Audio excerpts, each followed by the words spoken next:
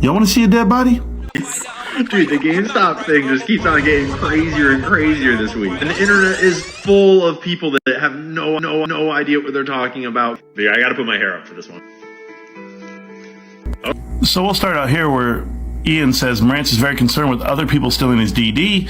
While I have never read or watched, not sure if he writes too, I intentionally turn downloads on my videos so other people can watch them, blah, blah, blah, blah. First off, Ian, let me introduce myself. My name is Marantz, and I do a lot of studying and investigating on private equity from the ground up. Yeah, I've seen a bit of your stuff, man. It's great. No way you've seen my stuff. What? You're one of the few like evidence-based people out here. Yeah. Or rather, like one of the few video-based, evidence-based people, I should say. Next part Ian says is, believe it or not, have you ever heard of Superstock series called Billionaires Boys Club?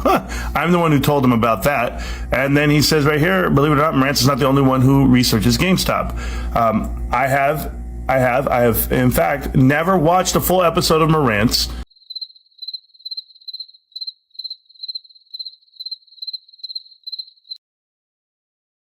One of the things we learned is that the playbook of these big market funds, these big money managers, hedge funds, and the bigger boys, is they found out that they can make a ton of money by infiltrating a company's board and then gutting it for parts and sort of like extracting all the monetary value inside of a company and then leaving.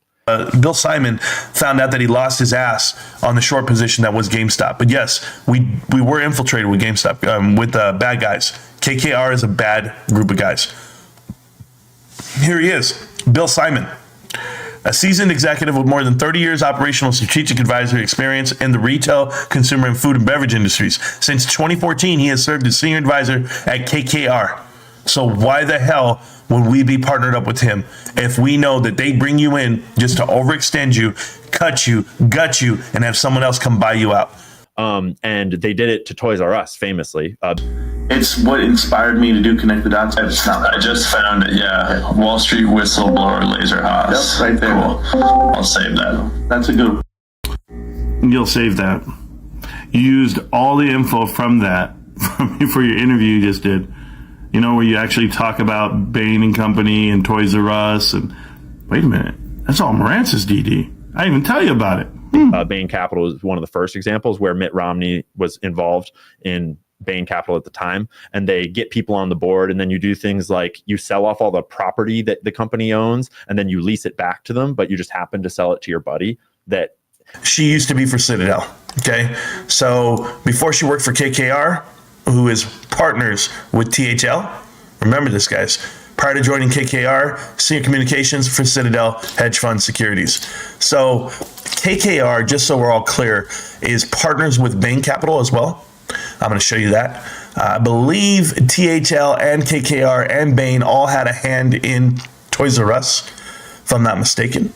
And then you start to like do weird stock buybacks and weird payouts to the shareholders, which just so happens to be you. And you basically mismanage the company into the ground in ways that makes you get really, really rich. But because you're just, you know, you're hired by the company, you aren't the company. When the company goes bankrupt, it's like, it was already on the way down. We tried to save it, but we couldn't. And it happened to Toys R Us, but then it happened to lots of other companies over the years, and no one really noticed. Show you this first.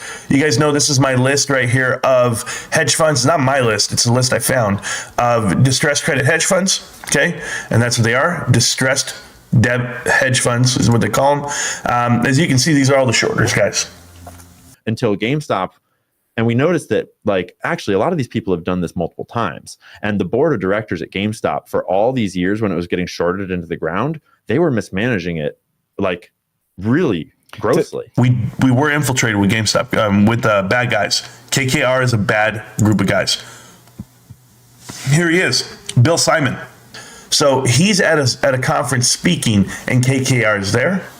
I mean, why would you be there, right? Remember, KKR and the guy who just killed himself are partners. Partners till the day they die. As I looked at this, who owns KKR? Well, of course, $200 million worth of KKR is owned by Citadel.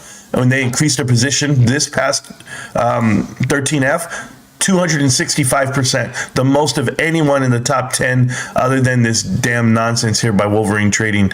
But there's lots of other people that are also involved, that are also complicit. Ken is just the scapegoat because he was immediately identified and he was directly tied to the dude, Vlad Tenev, that turned off the buy button at Robinhood. So when does the part 2.0 of this story come out? I'm expecting it by the end of this year. And I have that on relatively solid rumor mill, like journalism type information. No, there's been a bunch of documentaries, and most of them have been made by the people with all the big money to try to contain the narrative of what's really going on. I'm actually currently working. I'm actually wearing the shirt from. We're working on a documentary that is funded by the community, by the investors themselves, that is being told from our own perspective. There's a documentary getting made by people that are good people, that are very intelligent, that are mostly in the BBBY and GME community, and some of them are more GME than BBBY, but I've met them all. Who part of that crew is more GME than BBBY? Is that where you're trying to distance yourself or separate yourself from Bed Bath & Beyond? None of this crew is from it. The lead executive producer and lead writer are Bed Bath & Beyond guys who actually made their accounts just for BBBY. The other guy is known for collecting Teddy books. Like, that gives you some type of credibility. But explain it to me, Ian, Carroll. Keep going. Almost all of them at this point, and they're like genuinely really cool people, and they have the skill set and the backgrounds to make a really high level documentary about it. Welcome to Ian Carroll. What a fucking legend, man. Welcome to the show. Thank you so much for all the warm welcomes, as I've met all of you too, and thank you, PP, for the excellent intro and welcome.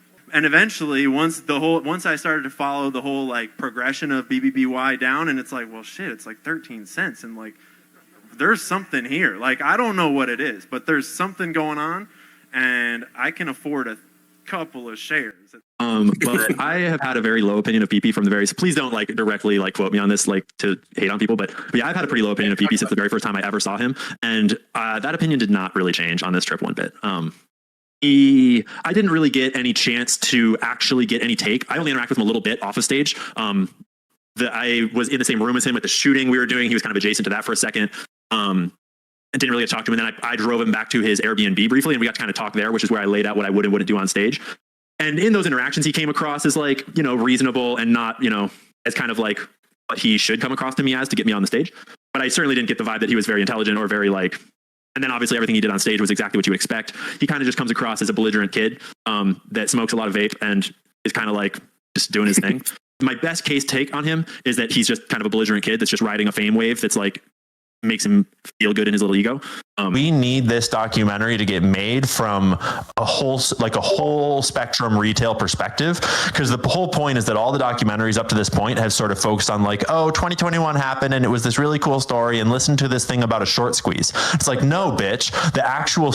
Hey, by the way, the way you say bitch, Ian Carroll, can't fool me. They don't do that kind of stuff. And as far as Michael goes, and again, I can only say it for me, but he steals his DD. Hold on. One of the writers for this show steals their DD? One of the writers for the documentary steals his DD? You're joking. Michael steals it? Okay. From Morant and from a whole bunch of other people. It's not his. So I believe that. Yeah, if he seems educated, it's because he stole all of his information from people like Morant and Badass Trader and a whole bunch of other people, and then pawns it off as his information, but he never tells where he got it from. Yeah, he's really quick to take shortcuts. But in a lot of ways, what I'm doing right now is I'm going into the BBBY community to take it over and change the culture. Because, like you say, like, even if they built this whole, let's assume that they did build this entire thing on actually like bad actors being paid to push the shit and to elevate people and to create a movement here, which is possible, entirely possible. They now have this situation where like this as just a simple example, this documentary is getting made with a lot of this momentum, but the people making it are like intelligent, creative, skilled people that can be reasoned with. And I have this power to go in there and sort of usurp the work they've done and turn it against them in a certain way. If there are these bad actors. Like, did you hear him? So let me get this right. Vincent, you're about to do a movie where all your executive producers and writers are lying and giving out the wrong information on purpose. And then you have or for the lack of a better term, on purpose. But then you have Ian Carroll, the savior of them all, going to ingratiate himself with the GME community because we have the correct info and we actually have the right movement. Can you explain it? And he'll tell you. So when I get invited to meet and greets, when I get invited to be part of shows and do interviews, I put my hands up at all of it. Like, I don't know. That's not me. That's not you, Ian Carroll. You're ready to run with everything someone's willing to give you. Because as you say, there's gains to be made on all angles. And I was like a GME elitist for a long time. Because at the time, I'd been dating an Instagram influencer girl she was in like the outdoor, like adventure camping space. I started on TikTok intentionally because I knew that was where you could grow the fastest at the time. And I had never been on TikTok before. I'd never made a TikTok before. I'd never watched TikTok before, but I knew that feature of it because I'd been studying the game a little bit, which is why I mentioned this girlfriend that I'd had enough time, like kind of working on my thing with, and also being adjacent to her. And she had a much bigger platform at the time to study the game a little bit. So when I launched my own thing, I was like a little bit aware of how to do that. And it worked immediately. And then once I blew up on TikTok, I started growing on Instagram. Once I started to talk about the more censored topics on TikTok, I had a friend and mentor that suggested that I go to Twitter.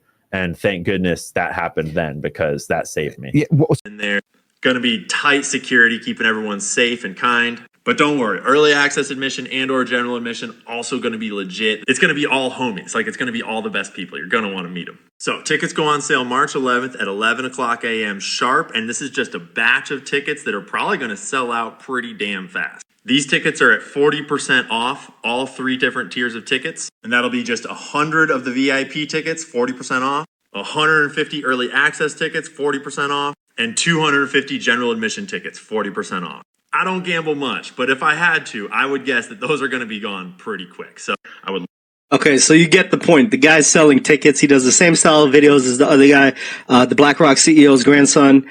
They push each other out.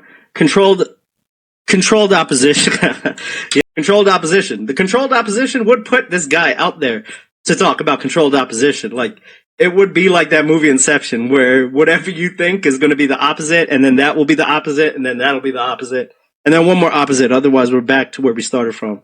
But yeah, here you go. Onto YouTube, and there's other videos too, but there'll be lots more coming there. So appreciate the support there. I'm intentionally going on YouTube instead of Rumble because Rumble's super fucking annoying, and I don't have the manpower to deal with all these different uploads and sites. And Rumble's interface is really difficult. I would love for it to get better. But YouTube is where all the normies are. And YouTube is where we need to be dropping out red pills. And so until I get banned off of YouTube, I will be on YouTube. We'll see how it goes.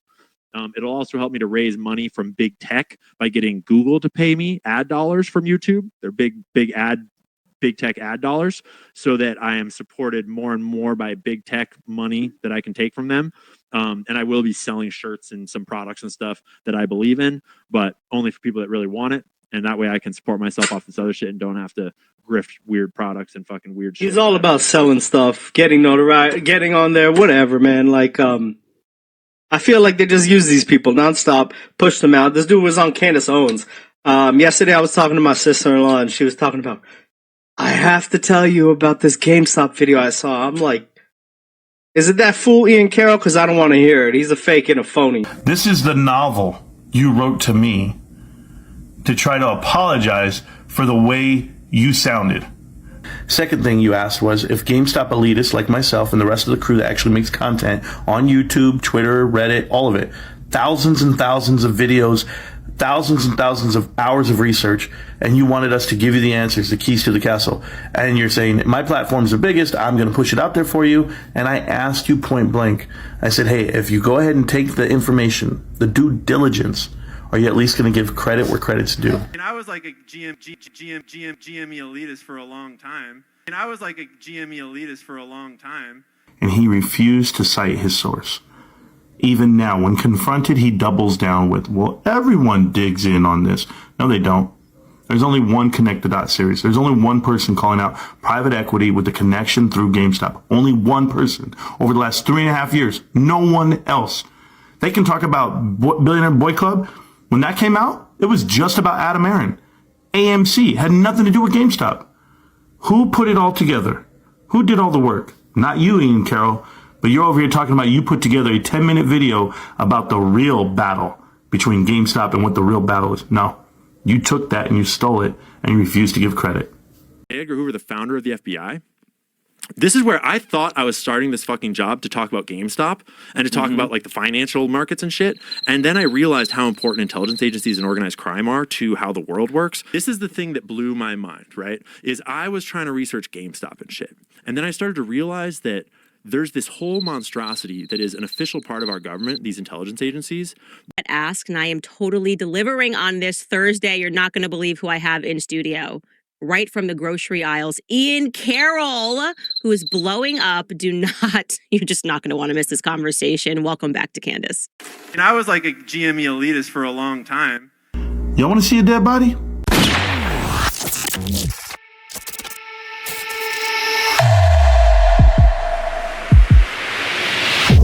Is it that fool Ian Carroll? Because I don't want to hear it. He's a fake and a phony.